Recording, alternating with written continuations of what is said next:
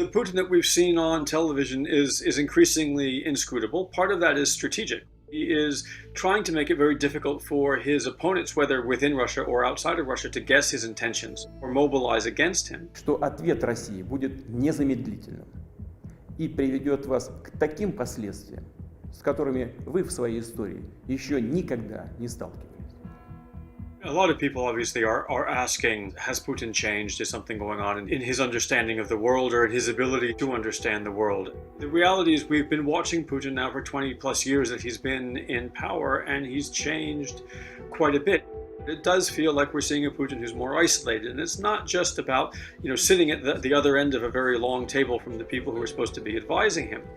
It does feel that a lot of the messages that maybe he needs to hear are not coming across, either because people are unwilling to express them, or because 20 years into his reign, he trusts his own judgment more than he trusts the judgment of those around him. Я Говорите прямо. я поддержу предложение о признании. Поддержу или поддерживаю? Говорите прямо, Сергей. Поддерживаю предложение. Хорошо, пожалуйста, садитесь. Спасибо. Владимир Александрович. Early on in his presidency, Putin had these sort of marathon press conferences, he calls them.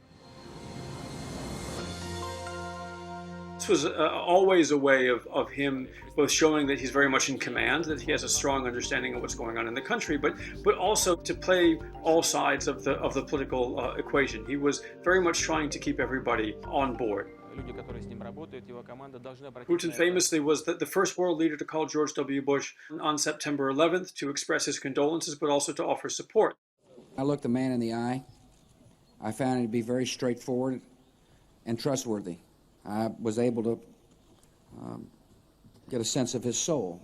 He gave up on that essentially beginning in 2012, 2013, as he began to face a much more concerted opposition at home, and he found that in order to sort of mobilize against that opposition, it was useful to pick up on conservative values, on the Russian Orthodox Church, pushing against LGBT rights.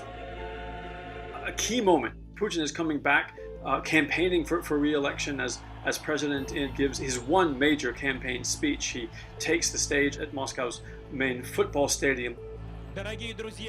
And as the snow is falling, gives this speech about, again, how this isn't just a campaign for political office, this is a campaign for the salvation of Russia. Мы с вами народ-победитель. Это у нас в генах, в нашем генном коде. Это передается у нас из поколения в поколение. Мы и сейчас победим. И я вас хочу спросить, мы победим? Thus, his opponents aren't just Russian citizens who imagine a different political future for Russia, but they are agents of the West. We have his 2014 speech around the annexation of Crimea, in which he's harking back again to centuries of Russian history to legitimize this seizure of territory from a sovereign country, creating, in fact, a lot of political euphoria in Russia, and a very powerful rally around the flag effect. In our hearts, we know that Crimea has always been and always will remain an inalienable part of Russia. In many ways, that speech was scary to a lot of people at the time, but it will look and feel now like halcyon days compared to the anger of the speeches that he's given in the lead up to the war that he's launched in Ukraine. He has a very strong demand for control.